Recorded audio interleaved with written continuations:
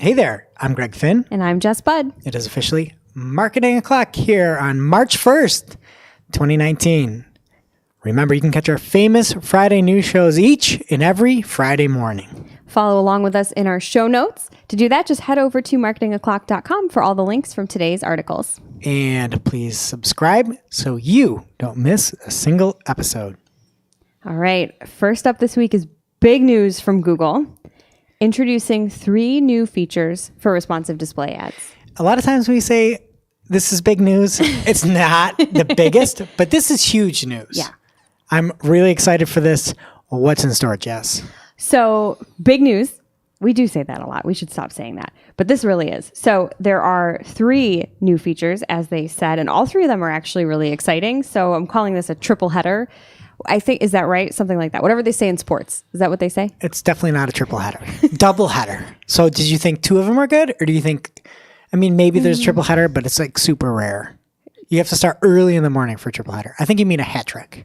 A hat trick. Actually, yes. That's good. That's hockey. I know hockey. Take your hats, whip them on the ice. I don't know where the octopus comes into play or the squid or whatever it is. I don't That's like like that. maybe like 4 or 5. I don't know. I 8? don't know. That's not nice. They shouldn't 8 be throwing goals? squid. It should be 8 goals. You score 8 goals, you get an octopus. But it's a squid, isn't it? I don't know. I don't know either. The old 8-goal octopus. Well, there's only 3 legs on this octopus here. And to your question, I think 2 of the 3 of them are amazing, and the third one's nice to have. So we'll save that crappy one for last.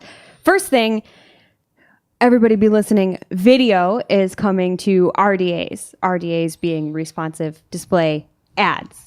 So let that soak in for a minute. Video is coming. You can now add up to 5 videos to your ads, and you can test them alongside images. So you can have image and video assets in the same ad.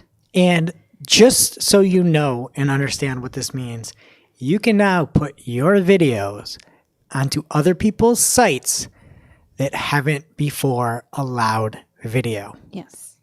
Yeah. Boom. There's an emoji for that, right? That's a Where your mic brain drop. Yeah, that's the Google mic drop.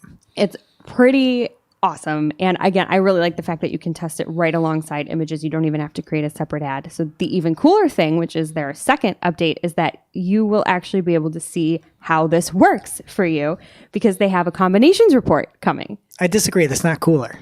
Being able Well. to put videos on other people's sites is super cool. You're right. This is icing on the cake. Icing on the cake. I The like little that. cherry on top. This is extra. It makes it extra cool. It makes the first thing extra cool.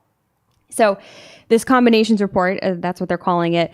It shows you top performing asset combinations being generated in your responsive display ads. So you will see separate sections for combinations based on images, text, dynamic feeds, and videos. And they didn't really give us a lot of info as to how that's calculated, but it's better than nothing. And before you could see basic information like this was good, this is best performing, this is still learning, things like that. But this is the combination that we've been looking for, that we've been hoping for. It's finally here. It's finally here, and you actually can see the they'll like generate the ad for you in the report. There's a screenshot in the article, so look at that. That is really cool. Third thing, I guess you would call this the the after dinner mint on the side of the dessert. Yeah, one that doesn't even taste that great. Oh well, I mean, at least it's food, right? Food's better than no food. So What do you think of those pastel mints that melt in your mouth? Do you like? Are you one of those people love like those? those so much. Yeah, those are better than this thing I'm about to say. All right. Well, this is one of those because I feel like you either love those or hate those, and same with these scorecards that you're about to talk about. Scorecards. So if you're familiar with Google, you know that they like scorecards. This one is for your ad strength, but it's not necessarily from a performance basis. It's essentially like a sanity check or best practices for your ads. When you're putting them together, it'll tell you if you have enough assets, and it'll suggest changes for things like, oh, your headline's too short, make it longer, things it thinks will help improve your ad. So it's probably the least exciting, but I mean, if you ever need another set of eyes, if you're rushing through setup, it's still nice to have, better than not having it, I guess. All right. So those 3 in the trifecta are video coming to responsive display ads, combination reporting, and then lastly, the mint is the scorecards. Mint. Huge update. Look for that soon. I'm super excited. Video coming to responsive display ads. Super huge. Huge. Actually, the only time this has ever happened before with Google is with Outstream ads officially. So again, this is very, very exciting. you could put your video on other people's sites. Up to 5 of them. Up to 5. Absolutely. The Cinco header there. All right. Nice. Next up from Ginny Marvin over at Search Engine Land, Google Ads to sunset average position reporting metric later this year. And in case you didn't hear what I said, there's no more average position reporting coming soon, which is fine by me. You know, you might hear this like, I really use this as like a metric. It was okay when you had the right rail ads and you could be like, oh yeah, 4.3 and things like that made sense. When you're really just, you're above the fold or you're showing with organic or you're not, you don't really need it that much. And Google announced earlier this year 4 new metrics that will be in place of average position. And honestly, in my opinion, are better than average position. Agree with you. So first up is the impression absolute top percentage. And this is like position 1. So like if you are the absolute top, what percentage were you absolute top on? So to clarify, absolute top means you are at the absolute top. That's what that means. Yes. Again, Beautiful. I didn't help name these terms, so don't come at me, bro, if you don't like these terms. I think it's aptly named. I have no issue. I'm just clarifying. Okay, well, they'll get into the next one, which is shockingly different, called impression top percentage, which is the percentage of your ad impressions that are shown anywhere above the organic search results. So again, I think we whined about this when it came out. But again, this is if you beat the organic listings, is impression top percentage. And absolute top is where you are the first position. All right, the next metric that we will have is search absolute top is, and this is the impressions you've received in the absolute top location above the organic results divided by the estimated number of impressions you are eligible to receive. So again, this is kind of like a ratio of how many clicks you got versus how many you're eligible to receive. And guess what? Aptly named, search top is the number of impressions above the organic results versus how many you were eligible to receive. So that's the main reason. The other thing is that Google's moving towards click share. We talked about this back on episode 57, number 57. Call back to this coming shortly. I can't wait to talk about that. And basically, ClickShare is a percentage that Google is reporting now. It's an indication of how many clicks your ads received versus the total number of times Google estimated your ads could have been clicked. So again, that's ClickShare they're going towards. All these metrics that mean a lot more than a 2.1 or a 1.3 and these kind of fuzzier metrics. We're getting percentage numbers about where we were. So I don't have any problems with this. But again, if you're reporting on average position and that's a key metric, you better find yourself a new one. Yeah. And that's an important point too, is that a lot of people, we understand some of this as marketers, but it might feel a little technical to clients. So definitely do your homework, read up on it, find, a great way to explain that to them, that this is actually a good thing, that metrics coming out of reporting, and we have more insightful, more actionable stuff going forward. And really the writing's been on the wall for this, right? We should have all seen this coming when they released those other metrics earlier. So no surprises. All right. And that brings us to this week's lightning round. Pew, pew. First up, Google call-only ads getting expanded with more characters. And the headline doesn't really do it justice. This is a pretty big change. We're getting a lot more room to play with this. To get technical, the call-only ads are going from 1 headline to 2, and they're increasing the character limit on those to 30. It used to be 25. So that's great.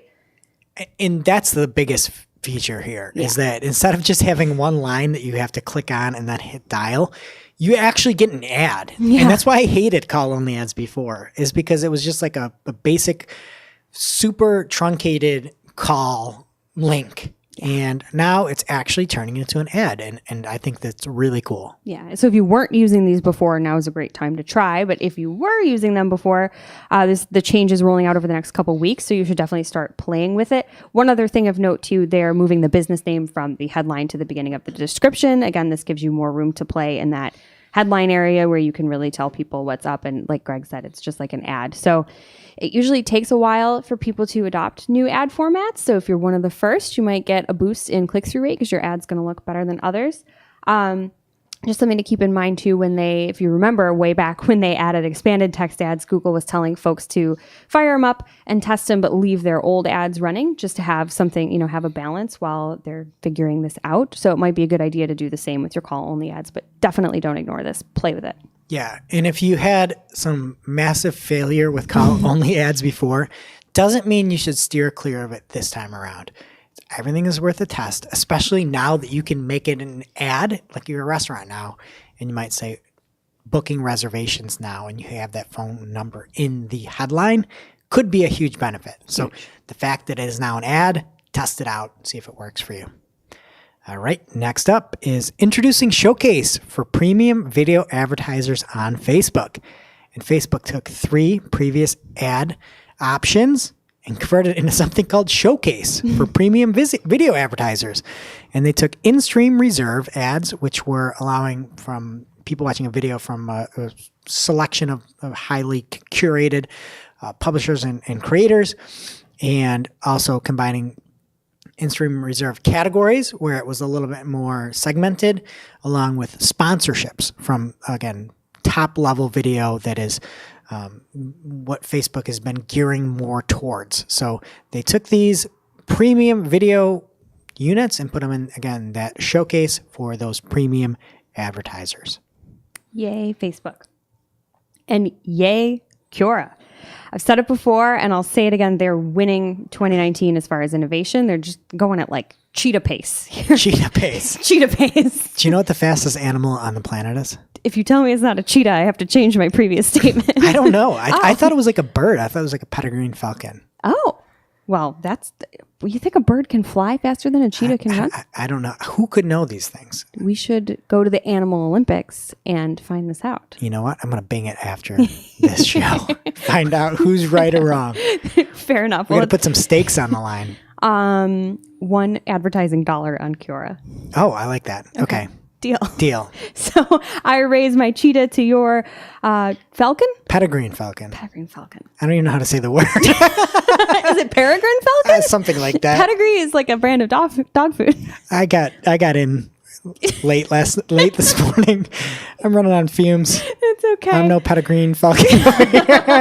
Peregrine, whatever you call it, evergreen, something green. An evergreen falcon just flying through the trees at Christmas time. Yeah, whatever the falcon name you said. It sounded way smarter than what I said. I don't know if I'm right either, though, to be fair. But enough about animals. Let's talk about Quora and what they're doing. They are introducing bulk ad creation and bulk editing. So this is amazing for people that like to do a lot of things at once, which I think is most of us. We don't have time to create one ad at a time, although sometimes we're forced to. Just something to note here, if you're used to the separate tools like AdWords Editor and Bing Ads Editor, it's not like that. It's more like Facebook's bulk changes where you can download everything into a template spreadsheet and then upload it back to the online interface. But it's better than nothing. I will take that. Me too. These guys over at Quora are making bulk improvements, man. Bulk improvements at Pedigree Falcon pace. Yeah, whatever you said. All right, next up is announcing domain-wide data in Search Console.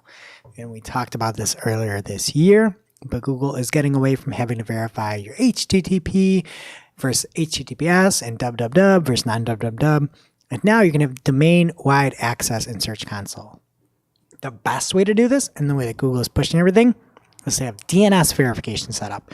So if you do, Search Console will automatically create new domain properties for you in the next coming weeks.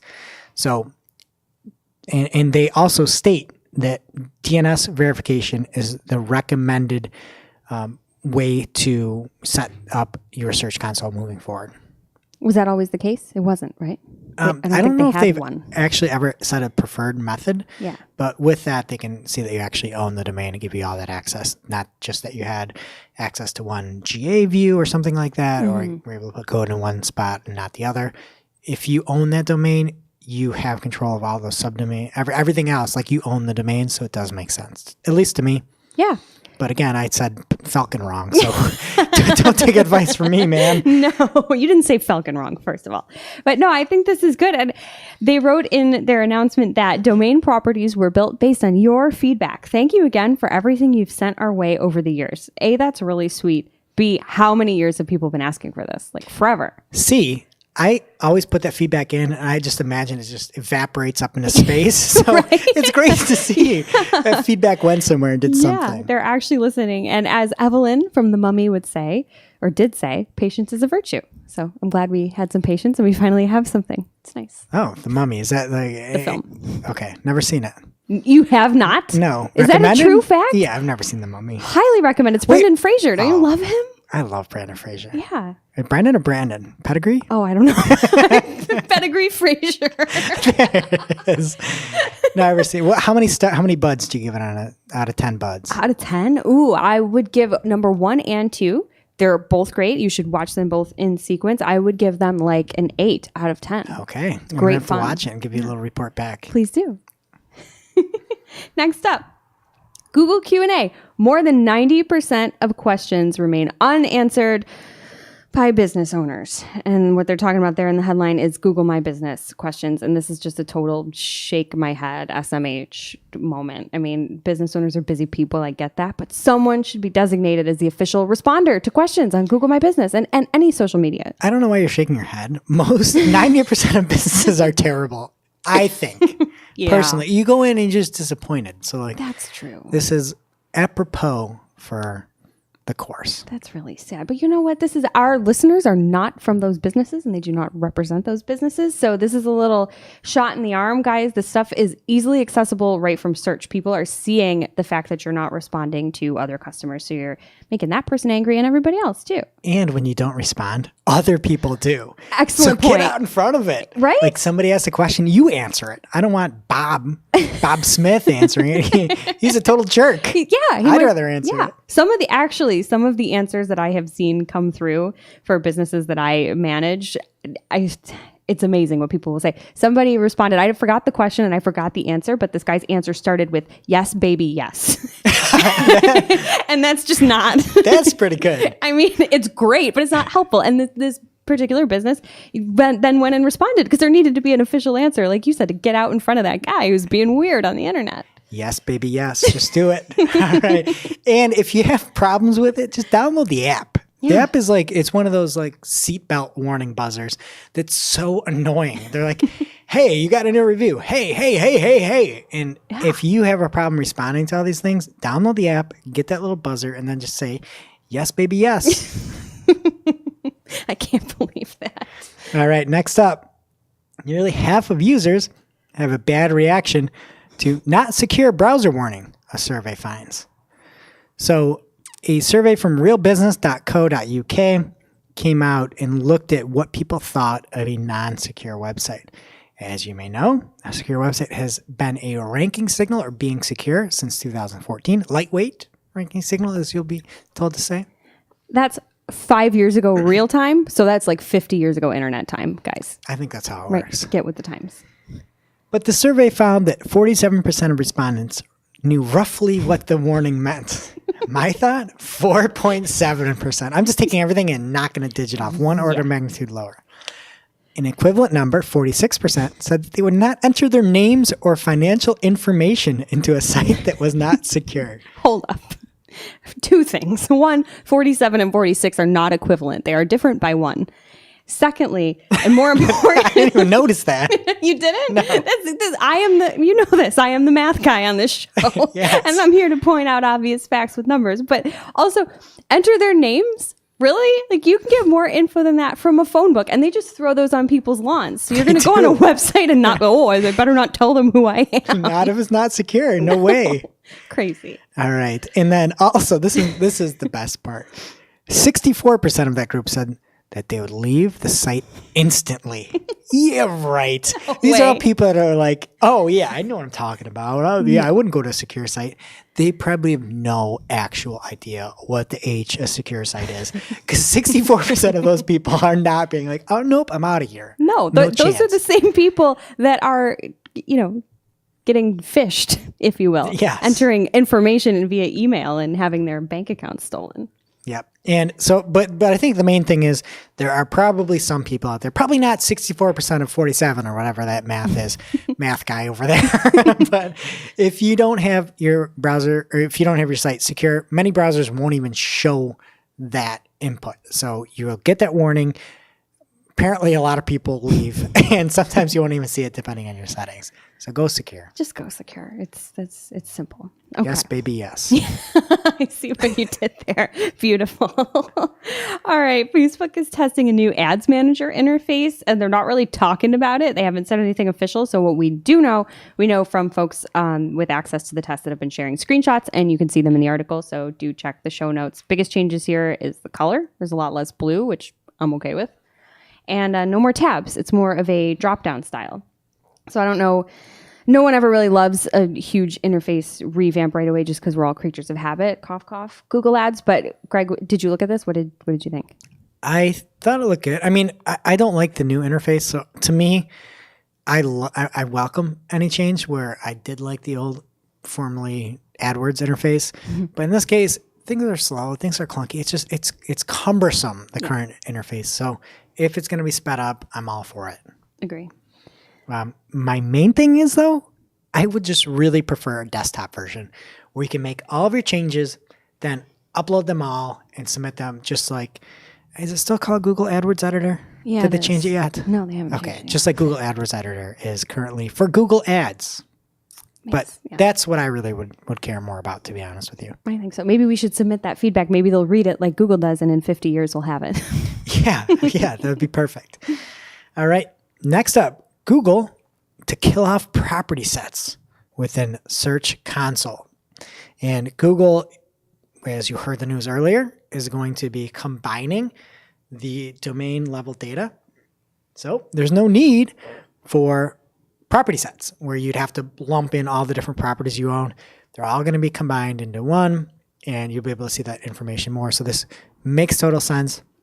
If you want the data, you can download it from the interface or from the API before it's turned off completely. So if it matters to you, go get your data now. Get it. Speaking of getting it, you want to get more money? LinkedIn can help. They are now going to start showing users jobs where you could make more money. Put that in quotes, from jobs to money. Specifically for folks that are looking for jobs on LinkedIn Jobs, this is a new insight that provides information on positions that offer the potential for getting a raise. And this is based on data from LinkedIn Salary, which is a program that was launched, I think, last year. Full details in the show notes if I'm wrong about that. But it gives users info on salaries and bonuses and other financial data based on things like location, industry, company size, things like that. So, I mean, really, if you're in recruiting or if you're an in-house brand manager, this matters to you just because if you're maybe not offering the best pay in the business, this is a good time to really play up your brand and position yourself as a great place to work and advertise some of those other benefits that you may offer if some of that salary info maybe isn't in your favor. Yeah, I think it's kind of cool, but what I think would be even better, you're a big sports fan. Huge. What do you think about SeatGeek? Is that a team? Yeah, Seattle SeatGeeks. Oh, that's cute. I'm a big fan. No, I don't know anything about SeatGeek. I forget what they call it, but it's like a pain score, or even like a kayak for flights, where it's not based off of just the lowest price, but also some of the other attributes. So I think this is a good start. But like, what if it's a terrible job, right? And you don't want it, you wouldn't like it, and it would be just horrendous. Like, give me something where it meshes. Yeah, this is the cheapest seat, but it's also the worst view. SeatGeek gave, again, this like pain, or a kayak's pain score or something they call it, where it's a blend of the two. Like, yeah, this is a highly rated employer. People give good scores. And look, it's also higher pay. Like, give me that blended score. That's what I want. So maybe I'll start my own network, my own professional social network. Ooh, what are you going to call it? I don't know. LinkedIn? Greg's version? That's a great name. Yeah, you should maybe. Greg Den. There we go. Ooh, Greg Den. Perfect. All right, next up from the FTC, the title of the story is FTC brings first case challenging fake paid reviews on an independent retail website. Before I get into it, this is hard to read. That's a mouthful. They talked about themselves in the first person too. Like, you're on the FTC. Like, why'd you call it FTC brings? Like, how about we bring? That's an excellent point. Yeah. I think they're hoping everyone's just going to share this wild everywhere. Okay, well, Greg reports that the FTC alleges that the defendants in a paid website, AmazonVerifiedReviews.com, has created and posted Amazon reviews of the product for drug product where the company said, we need to have at least a 5-star, or they said exactly, please make my product stay a 5-star because there's only a 4.3 out of 5. So what happened is the complaint was specific to, again, the weight loss, appetite suppression, fat blocking, or disease treatment claims of any dietary supplement, food, or drug, which is a judgment of, has given, imposed, I guess is a better word, of $12.8 million against this fake review site. We've talked about it before. Don't mess with Amazon reviews. No. And guess what? Don't mess with the health of others. You know, don't That's tell nice. Yeah. Hey, Amazon, whatever, fake reviews. That wasn't fake reviews. Amazon verified reviews. Oh, verified. Yeah, because that sounds so you know credible. it's legit. Like, hey, don't go out there and try to kill people. Like, I'm totally with this one. Yeah, no, I am too. And I tried to do some investigative journalism of my own, and I tried to go to that website, AmazonVerifiedReviews.com. It's gone, and I'm kind of bummed because I was super curious. Wow. Thanks, Jess Brockovich over there. All right. So it doesn't exist anymore. It doesn't. It's Sure, there's sad. plenty of other scammy review sites out there. Don't do it. Don't do it. Never a good idea. No. All right, next up, Google announced a new top-level domain on their blog this week, and it's .dev. So like the TLD suggests, it's dedicated to development and technology. If you're thinking about grabbing one, you definitely should because this is amazing, and your site will need to be safe. That is the big thing with this. My mental hard drive doesn't have room for more top-level domains. I know you say it's a great thing. I don't want a .dev. I'm fine. I'm good with the .com. I'll take a .net, a .org, a .gov. I mean, I'm forced with the .apps and the .page and the .websites and whatever. .website, is that a thing? I hope so. I mean, it probably is.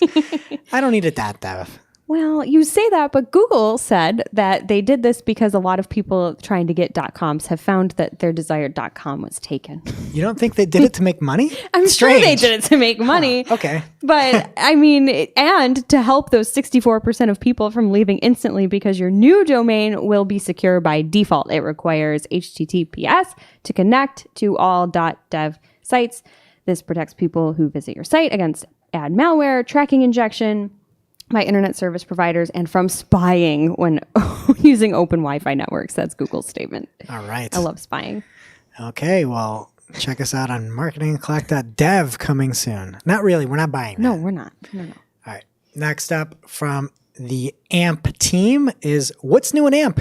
Q1 2019. Improvements to consent, videos, forums, and lists.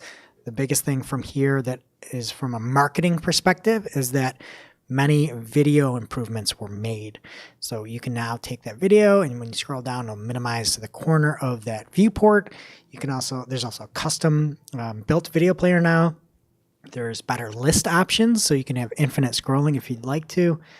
There's also input masking for those folks with credit cards, so you don't have that information sitting out there for somebody spying over your shoulder because you're not on a .dev. And there's a whole bunch more, but those are the main ones I saw from the marketing side. So again, more changes coming to AMP. While we haven't seen necessarily, it's been split.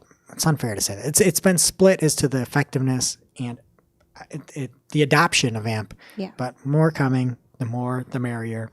So maybe it's time to test. Just keep ramping it up. So far, I don't know, whatever. I'm just it trying is. to make it joke. We do Check. it every time. It's Ding. annoying. Okay, move on. And finally, a discovery yet again from Joy Hawkins. She says, huge news, not big news. She heard us earlier saying we're not going to say that anymore. Huge news, a new way to report spam on Google My Business. I love this. So I'm always jealous of the people that can say the word huge without the H, like New York folk. Like huge? Huge. I hate huge. that. You hate that? Yeah, you like that. It's efficient. Is it? Yeah, you lose a letter. But huge. you don't lose it. It's still there. You're just not pronouncing it. So that's more inefficient. No? Is it there? I don't know. How do you spell peregrine? I Pelican. I'm sorry, that's not right. I'm not going to go put that in the Urban Dictionary. Well, huge news, everybody. There's a new form. I just feel silly when I say that. There's a new form you can use, and there's a link to it in the article. So check the show notes if you need it to report directly to Google My Business when someone is spamming a business. Doesn't even have to be yours, on Maps or on GMB. So the important note here that they did say specifically, this is not for reporting fake reviews. So watch out. But those requests can go to Google's social support, which Google said that you should submit via Twitter or Facebook, which is adorable. Yeah.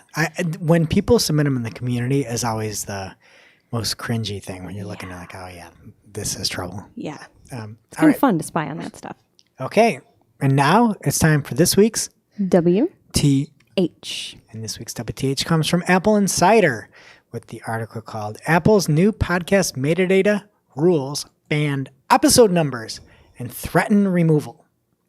So Apple is trying to crack down on putting numbers in titles. So the example that Apple Insider gave is show titles like The Very Hungry Tourist, episode 01, and episodes like 01, Broken Heirloom. What's wrong with that? I don't know. That's why this is WTH, Jess. I see no issue with that. Go on. Yes. Tell us And more. so according to, again, Apple Insider and from what other people have gotten, we'll link over to a couple of tweets, have a video of the entire email that went out. But basically, Apple doesn't want podcasters to put numbers in their title. There's a lot of reasons it makes sense, especially when you're corresponding with like shows. You go, this is Game of Thrones episode 1, season 5, and you have 0501 or something like that. That makes a ton of sense. So I don't know why this isn't there. Again, if you're calling back something like the episode we talked about earlier, 57, I don't want to have to say Google Ads Assistant, go back and look for it. No, tell me roughly where it is, because just saying a name gives you no context. I like context. So we are going to keep the episode numbers in here. Yeah. Forget that. I mean, honestly, this, like, don't be rude, Apple. It just, for some people, maybe this doesn't matter if they have standalone, podcast episodes that can just exist in the void. But anybody that has any kind of series, or like for us, our news is timely. So that a more, higher numbers, more recent episode, it just makes sense to have it. They cited no examples that I saw that looked like abuse of this. It just makes no sense. Yeah. And I mean, you download these things and hop on an airplane or something like Yeah. that. And then you don't know what numbers, what. Just give me the numbers and be like, yeah, I listened to 2 last. I'm listening to 3 this time. Is that how that works? Yeah, if you're normal. Apple is not normal then, I guess. All right. And that brings us to this week's Cool Tool. Cool tool. And the cool tool comes from Glenn Gabe's tweet. Friend of the show, Glenn Gabe, tweeted out that if you need to check rankings in a specific country, then Google's John Mueller gave a link in a webmaster roundup meeting where they said you can use the local Google version and add the URL parameter at the end of your URL, which is, google.com, and put in the parameter GL equals your country code. So we could say something like GL, and then you put in CA in all caps, and you see what the results would look like in Google Canada. You can also do that by, instead of saying GL, you could put an HL and put in the language code and see what the results might look like in a different country or in a different language, which is super cool. That's super cool. Of course, Glenn, being the super helpful person that he is, in a different tweet also mentioned that you can still see this in the ad preview and diagnosis tool within Google Ads, but you don't need a Google Ads account for that. So you can still see it there, and then you can do it this way, again, for free without any paid tools being leveraged. So this isn't necessarily a tool. It's more like a nifty trick. Nifty trick. But it is something really helpful for when you need to see what the results look like in a different location or in a different language. So check it out in our show notes and get testing to see what different country and different language results look like. Sweet. All right. And that brings us to our must-read marketing article of the week, an article so in-depth, so detailed that we simply cannot cover it in its entirety on today's show. This week's article comes from Joshua Hardwick, over on arefs.com. And he's got the article called Anchor Text, a data-driven guide. 384,614 web pages studied. Whew. That's Big a lot number. of pages. That's a lot I of could barely say that. There's like a song. What is it? Rent has a song about that. I don't know. I don't either. How does it sound? I'm not going to sing for you. You're never going to get me to do it again. All right. Well, Joshua's got the different types of anchor text, what the rankings look like, some of the results. Got studies going on in there. And again, this is nearly 400,000 web pages studied and talks about why it matters. So it is a very meaty article on anchor text. And if you're an anchor text nerd, you're going to love this. Absolutely. And there's nothing like fresh content about old tactics. And I don't mean old in a bad way. I just mean this is something people have been doing for a while. And it's nice to have like a 2019 update to this. So thank you, Joshua. And that does it for today's show. It is now officially not Marketing O'Clock.